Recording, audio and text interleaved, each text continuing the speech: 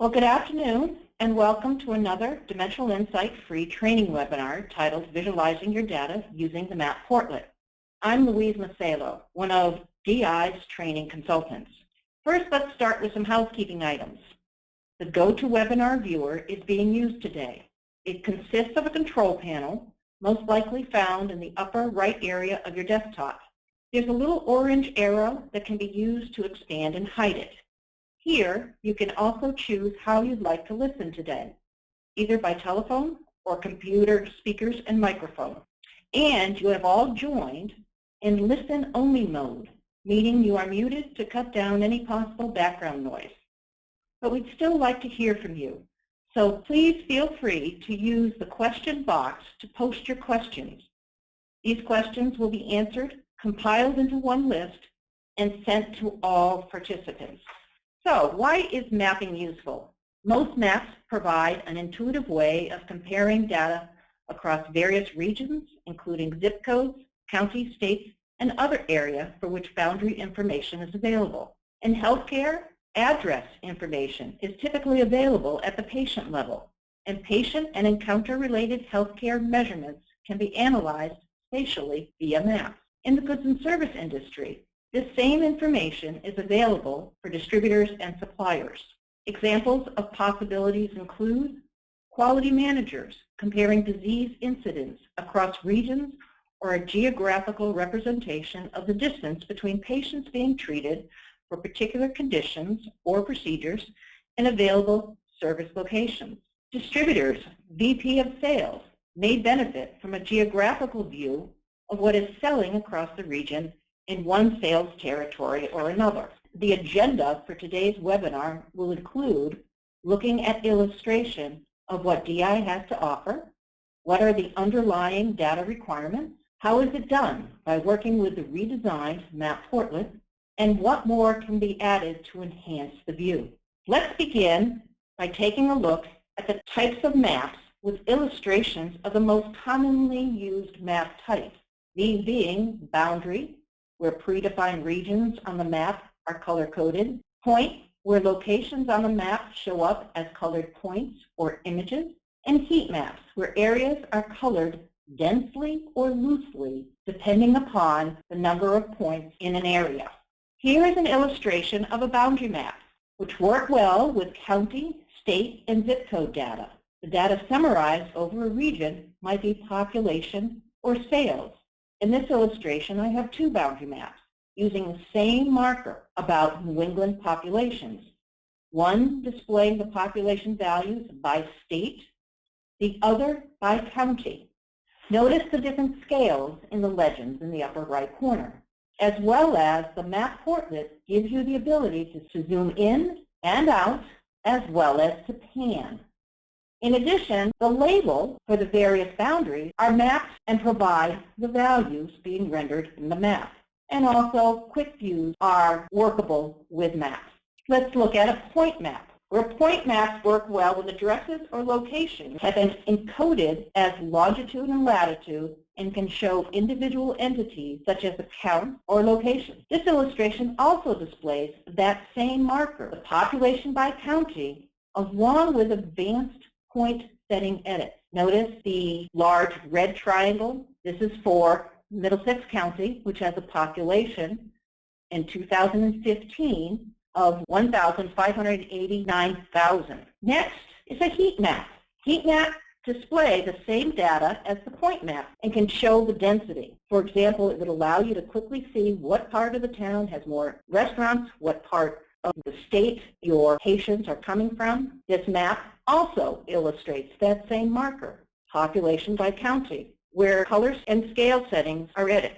In addition, maps can have more than one layer. This is a fun map that I created of national parks located throughout the country.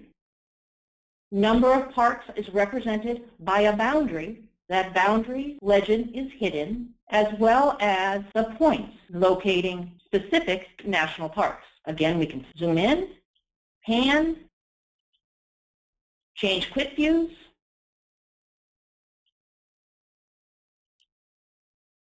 to display the data from the underlying markers. Let's now look at the underlying data requirements. In the display of a map, different layers come into play. Since the objective is to display the data on the map, usually the last layer drawn is your geocoded layer. Therefore, when creating the maps, the final dive must include the geographic dimensions to be mapped. Geographic dimensions can include county in the format of a string of county, no comma, no space, state, or the county FIP code, which is a concatenation of the state FIP code and the county code. State can be in the form of the long name or the abbreviation. Zip code is the 5-digit zip code, and longitude-latitude values can be mapped, provided that longitude comes first with a space and latitude thereafter. The geographic element in the current dive window becomes matched against the geographic layers in the map set to retrieve the respective centroid, coordinates, or polygon information. When planning to use maps, consider which maps could be best used to visualize and extract value. Is it sales region? Is it density of congestive heart failure patients in a state? Is it the customer volume or patient count? Boundary maps utilize the data type of county or state or zip code, yet point maps and heat maps only render the numbers via the latitude and longitude values. So what does this mean for your design of your sea bases or models? What data will you transform into those color-coded visual representatives that make it easy to spot trends? Let's look at and demonstrate how to add the 3 most common map types using the new redesigned map portlet. Bear in mind that it will be available in the release of 7.0.26, scheduled to be released on Friday, December 16th. It is a simpler map configuration using a setup wizard, providing you with the guidance for those initial setup selections of layer type, data source, location, geometric source, location key, and value. First, let's take a look at what base layers are available in the new map portlet. The default is an open street map layer. In addition, you'll have available Thunder Forests, 5 styles, Stamens, 2 styles. But note that no longer available in the new portlet are Google Maps, MapNet, Cycles, and MapQuest. So let's move on and add and configure the various map layers, keeping in mind how simple and consistent the use of the map portlet is. To repeat, the most common layer types are the boundary, heat, and point, but also available are web map services. These are fairly advanced layers. If you know of a web map service and would like to show data from that in your map, you can do so by using that web map service layer. What you do is you enter the URL address of the web map service plus a question mark. The map portlet will then query the service, allow you to pick which layer from their service you'd like to display. So let's take a look at adding a boundary type map. Here in my demonstration pages, I have an existing boundary map that we'll reproduce. I'll edit, right-click, add a portlet, select the map portlet, click OK. It is here where you'll find the various street maps. I'm going to go ahead and just stay with the open street map layer for the demonstration of boundary and all subsequent map types. I'll add my layer. I'll select the boundary map. Notice I can either select and click Next, or when I go and select my data source,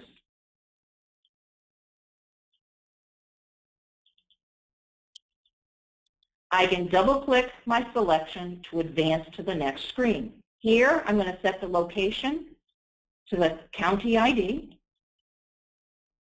The geometric source for that location, I'll use the U.S. counties. I now need to identify the location key, county code, and I'll be mapping the cases of Lyme disease of New England. I'll go and click OK, click OK. I'll relocate, place it in this wonderful new background portlet of a panel type, and let's take a look at it. I'll save it. Notice in the example, I can tell that I'm looking at New England states. The initial setup shows just boundary 1 of cases, so that's something I'm going to want to change. I'd also like to adjust the number of bins that my legend is displaying, as well as changing the scale. So to make those configuration settings, I'll go back in, I'll edit the portlet. There's my boundary layer that I added. It is here in the main where I'll type any states. I'll go to the labels setting to change the alternate region label from county ID to something more intuitive like county name. I will also adjust the label format. I'll make sure that it stays at whole numbers. I'll click OK. I also want to change the bins. That's found under the colors. I'll change the bin from the default of 12 to 5, as well as adjusting the scale. I'll start my minimum scale at 0 and the maximum scale at 1,000. I'll click OK. And let's review what we have. My map portlet now shows the adjustments to the legend. When I hover over the boundary of county, I have an intuitive name. But you might also be wondering, why did Louise set the color scale settings as she did? Well, it's all about the numbers. If you have insight into the numbers, you'll be able to adjust your scale appropriately. In order to conserve time, this is the only time I'll display the underlying marker, as well as in the demonstrations of other map types, I'll use an existing empty map portlet already positioned on a page. So let's go ahead and take a look at what settings need to be set for the point layer map. Notice not quite as many. It's the layer type, the data source, location, and value. Here we have a marker of customer activity, the revenue, some quick views, my existing map portlet. I'll double click to add a layer. This time it will be a point layer. I'll identify my data source. I'll select the location. As a reminder, I'm using a point. The only column is that long lat column. The value I'll be rendering is revenue. Click OK, click OK, and let's review what we have. A slight difference. Notice, again, the label in my legend, the legend values, and to be some different sizes of the point. So let's make some configuration changes to the point map. Going back into it, we now know how we can change the name.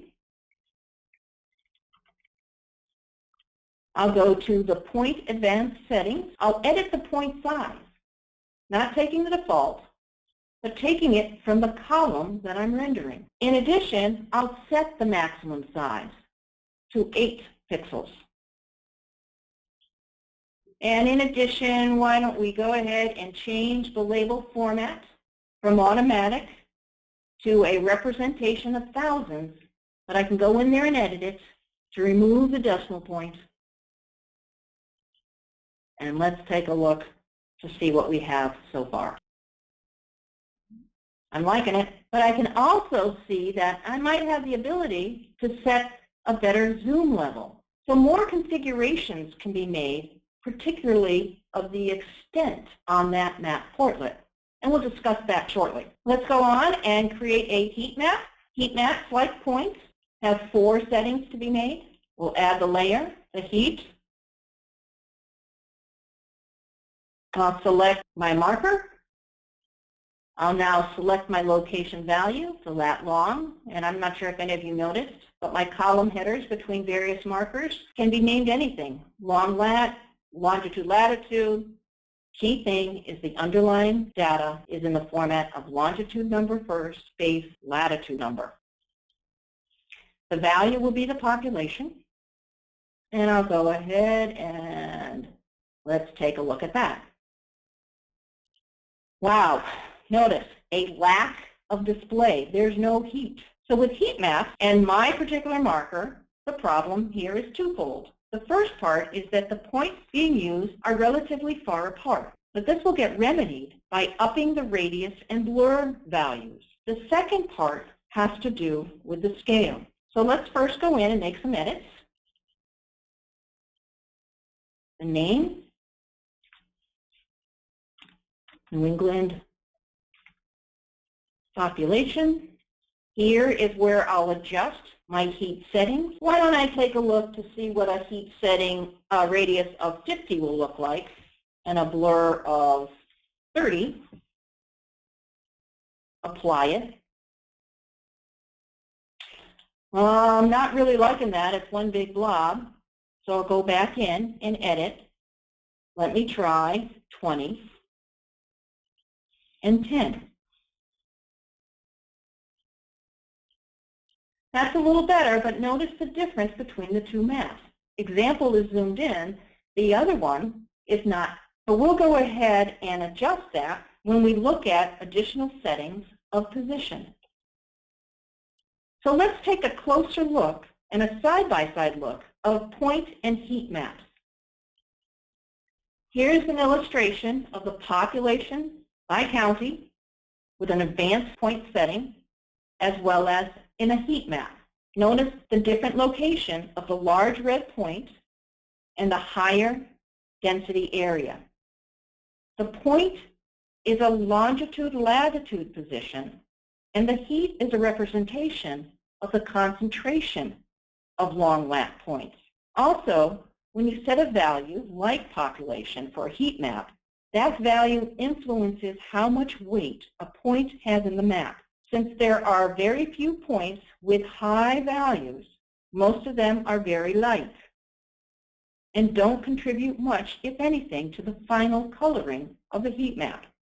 But by lowering the ceiling of the weight scale, you allow more points to be heavy and thus add more color to your heat map. You've seen that there are more options to adjust in point maps: color, size, opacity, shapes, and so on. These options are more straightforward than the radius and blur options in heat maps. And as I just mentioned, with heat maps, scale influences the appearance of a map in a more extreme manner than in a point map. Therefore, your first few attempts at creating heat maps might take a bit more of a trial error to get right. Let me do another demonstration of a multi-layer map before making these adjustments to position and extent.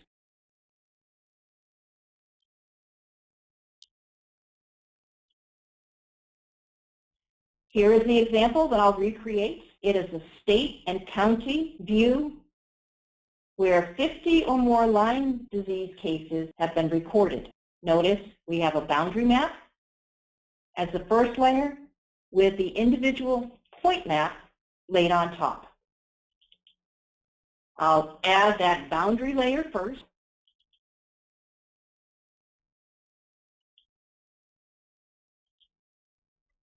I'll be selecting the state name, utilizing the state geometric source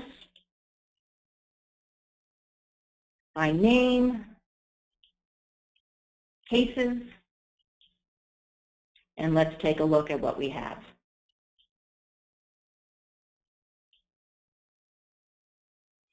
Because Hawaii and Alaska are in this record set,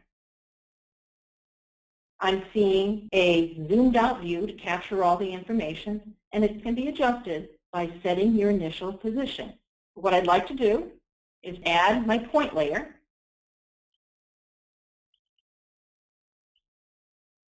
And in this case, it's a different marker. I want to represent the longitudes of my counties and their cases.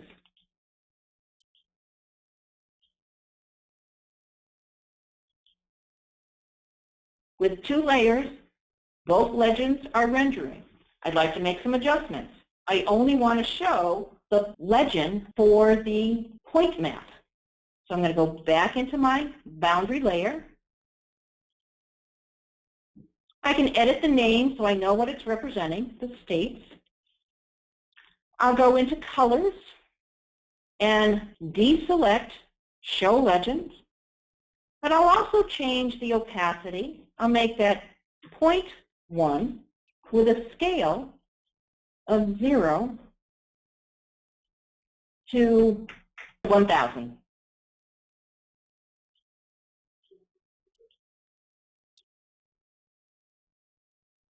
No adjustments to the map extent or position have been made yet. I also would like to change the point map color code of the scale and the number of bins. So I will edit that. This is my point of counties, adjusting the colors, the number of bins to 5. I can change my color either using the color picker or editing the RGB values.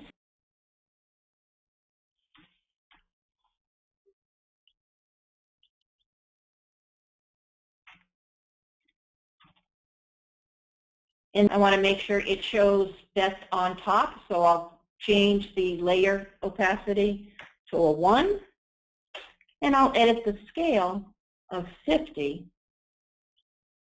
to 1,000.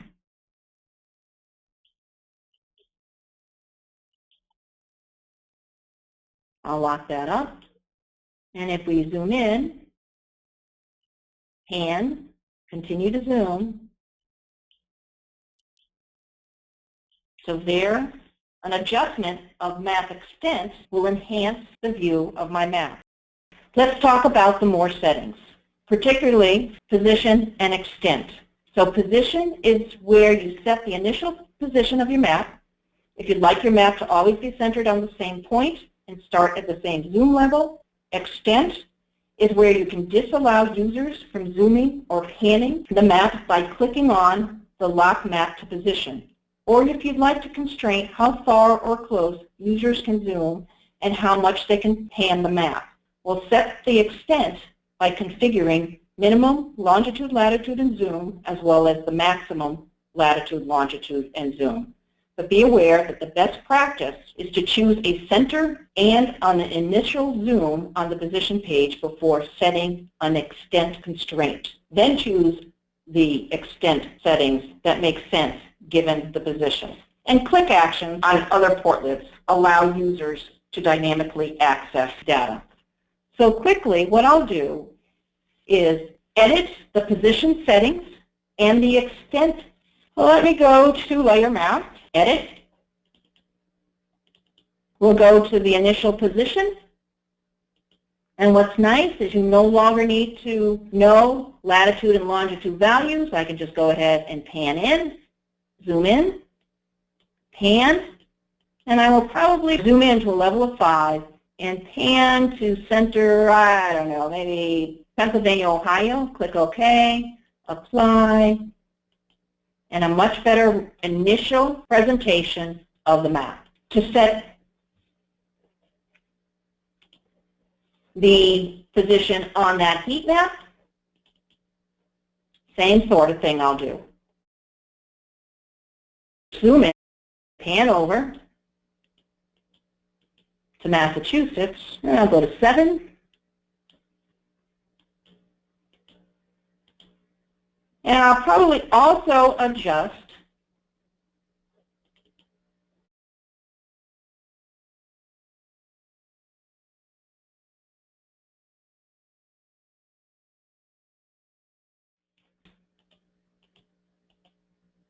whoa, too much, as you can see.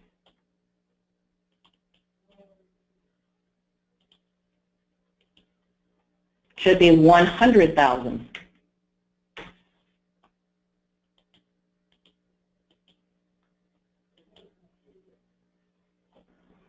Let's now visit the point map demonstration to set extent.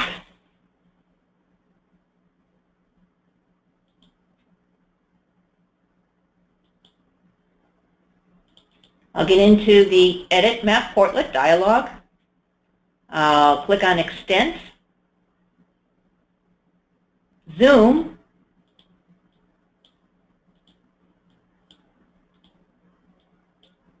to center around Manhattan,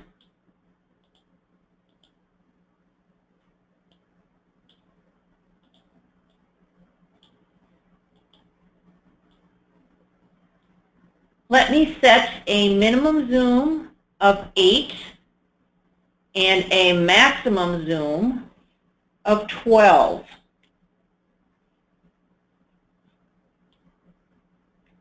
Centering the map, I'll click OK. And let's review the end results. So zooming in, I can only go so far, and to zoom out, I can only go so far as well.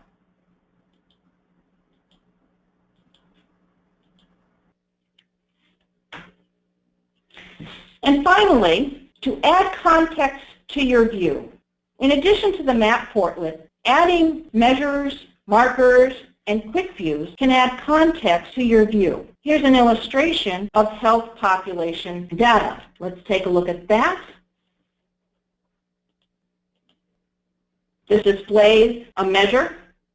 It could be various measures by county.